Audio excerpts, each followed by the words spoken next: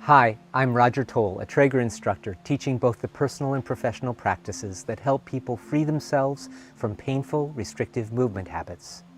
I was privileged to study with the originator of this work, Dr. Milton Trager, after he had spent an entire lifetime exploring the art of movement in rehabilitation, in health maintenance, and as a way to ageless living.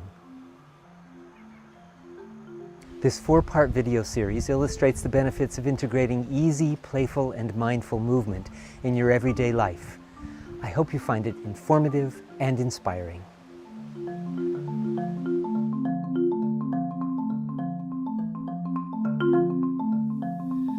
Movement is aliveness. If we are alive, we are in movement, and we can choose to observe and explore our own movement, expanding our movement potentials with no additional effort. Breathing is movement. From the moment we took our first breath at birth, throughout all our life experiences, and continuing till we die, our unique patterns of breathing are always with us. In any moment, we can notice whether our breathing feels easy or labored, big and full or thin and weak. We are designed to be in movement. Shifting weight and playing a subtle balancing act in gravity is part of our upright lives. Our skeleton moves, bringing articulation and clarity to gestures and helping us choose direction. We can explore many ways of giving our skeleton more room to move freely. The movement of muscles and connective tissue allows the alternation between action and support, between release and receptivity. From them, we reap the benefit of a continually shifting dynamic of connection and freedom. Emotion is movement, too.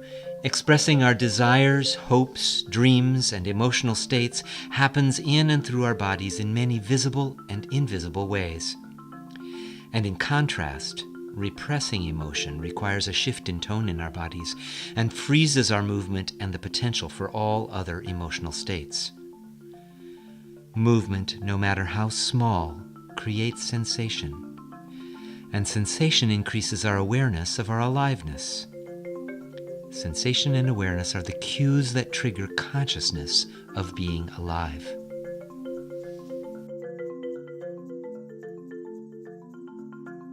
Our movement reveals our history, our learned patterns, our current state of being, our emotional flow.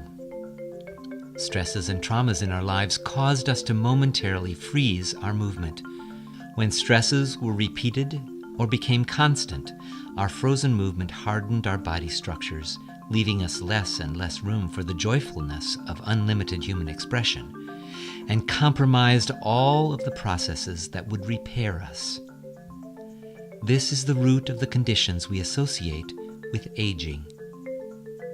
Whoever we are, in whatever condition, with whatever personal history, we can always learn to improve the quality of what we do.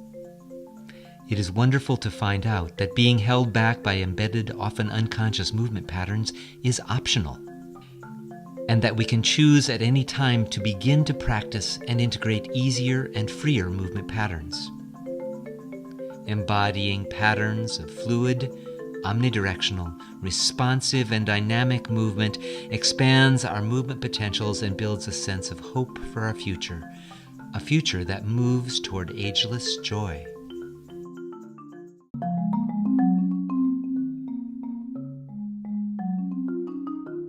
Anytime we want to interrupt the trajectory of our lives, we must make a choice to pay attention to what is going on inside our feeling experience. This will mean becoming less occupied with thoughts and more interested in sensations. As we start this process, we might first notice feeling the resonance of what preceded, what we just did, what it took for us to make the choice to investigate ourselves and possibly revise our habits. Arriving in a respectful and innocent awareness of the movement sensations in the body brings us into direct contact with the living present. Arriving is a conscious body-mind activity that happens over and over. Each new experience is the perfect moment to start fresh, beginning again and again to pay fresh attention to the inner experience deepens the practice of acceptance. We can learn to come home to ourselves, and we benefit by pausing to savor the moment of reconnection, honoring the body we live in as the home for and embodiment of our personal life force.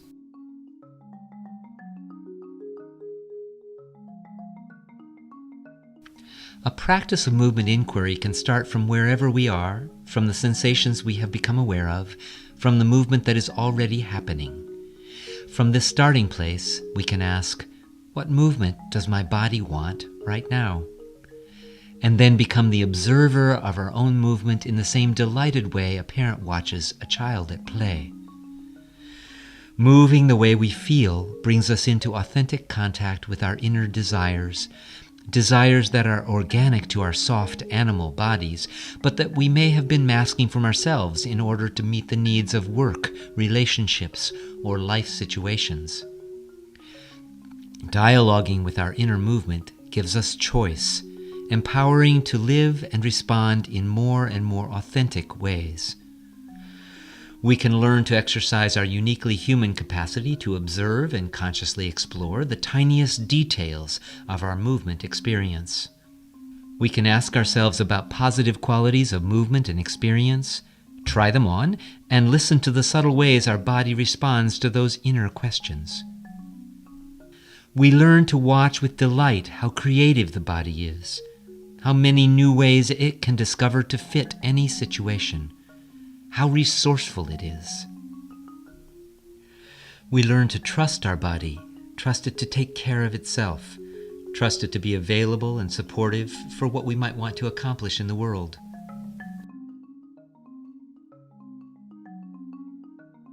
Inwardly directed questions, rather than demands, guide and animate the process. And by not jumping to conclusions, by not resolving movement conundrums too quickly, we become instead richly satisfied with the joys of exploration itself. Sustaining curiosity and exploration, especially later in life, fills our life with positive experiences we can own and identify with. Eventually, new and more pleasurable feeling experiences, and the open-ended, unfixed behaviors they give rise to, can become so dominant that we are no longer run by the less functional and uncomfortable patterns that have held us in ruts of behavior or expression. Repeating over and over that which feels easy to us teaches us, for example, the broad and subtle language of ease, and lets us both fine-tune and integrate ease into an expanding sense of self. We are reimagining and relearning our vast capacity to innovate new solutions to movement concerns and not be stuck with how we have always done things. Steeping ourselves in movement inquiry also floods our body with pleasure chemicals, stimulates the pleasure centers in the brain, and keeps brain cells growing new neural connections. A growing and malleable nervous system is the opposite of an aging nervous system.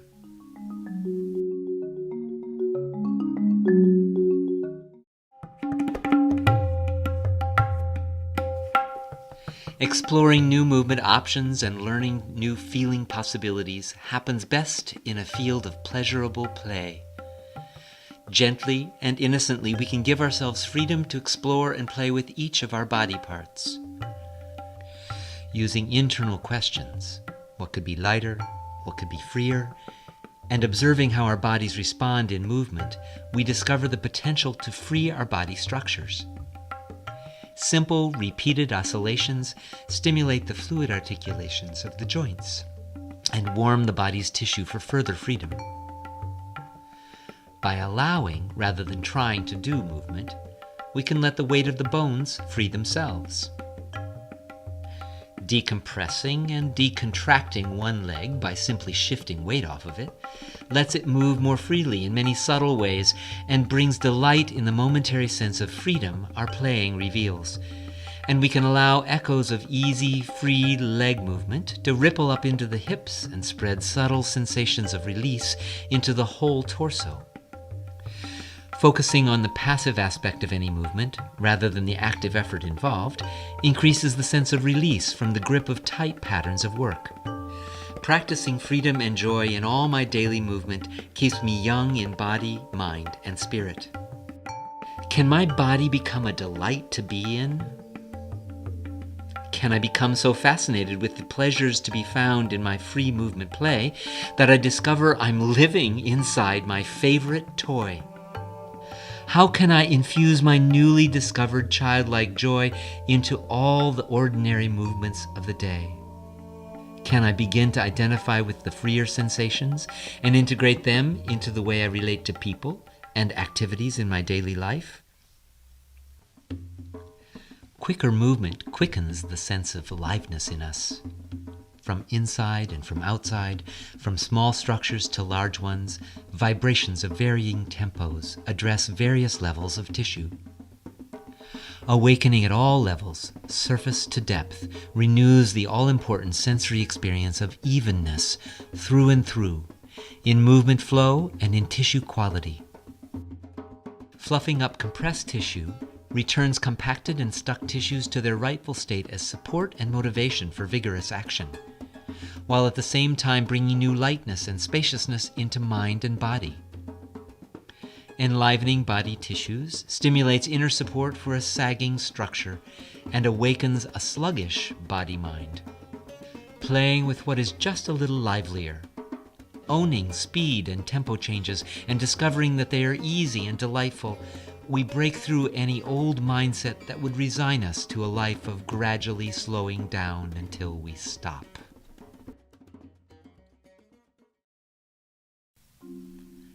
Softening after effort, quieting after excitement, lets our body tissues have a chance to renew themselves. We discover that softening our hold on ourselves nourishes us with pleasurable sensation. And exploring softness in detail, using sweet movement and innocent curiosity, we can flood the body with sensations of pleasure and ease, significantly altering the flavor of our inner neurochemical soup. Touching myself with softness allows me to develop some tenderness toward myself, toward others in my life, toward the world I inhabit.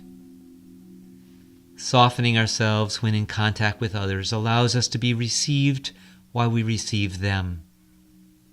Softening opens the doorway of communication and increases trust at deep, unconscious body-mind levels. Softening, when we meet resistance, is the beginning of discovering ways around the resistance, and the beginning of finding new options that let movement become a dance, and life a song. We can learn this way.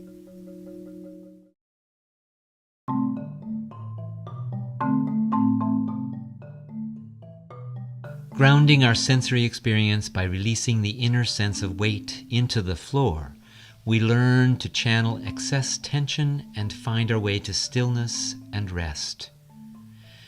We renew our trusting relationship with the earth. Resting on the ground, we cannot fall. Our inner sense of security returns and anxiety dissolves. Settling brings relief from the common stresses of everyday life, allows the mind to clear, and allows the body to recover renewed vitality. Regaining deep connection with the ground, we regain the sense of intricate connection with all life. No matter what movement we are doing, ordinary and functional in the everyday sense, or extraordinary and set apart for its own purposes, gravity is always there as our faithful friend. Letting go into gravity, we can discover ways to rebound up out of the earth, to stimulate different support for our body from reflexive neuromuscular responses. Letting go, we enjoy the natural swings and bounces of weight, and reap the benefits of a buoyant joy as our movement finds its natural rhythms, and discover that easy suspension in gravity facilitates all other movement, reduces muscle tension, and removes compression from weight-bearing joints. This does not need to be effortful. It is the opposite of rigid. It is fluid and creative. We can learn to reduce muscle effort and discover ways to sustain inner length no matter what we are doing. We learn to feel for an even and easy suspension in gravity, and then practice redistributing the effort of whatever we do throughout our body so that no one place gets worn out from taking too much responsibility. This even distribution of effort, top to bottom, inside to outside, front to back, and right to left, is the defining experience of ageless ease.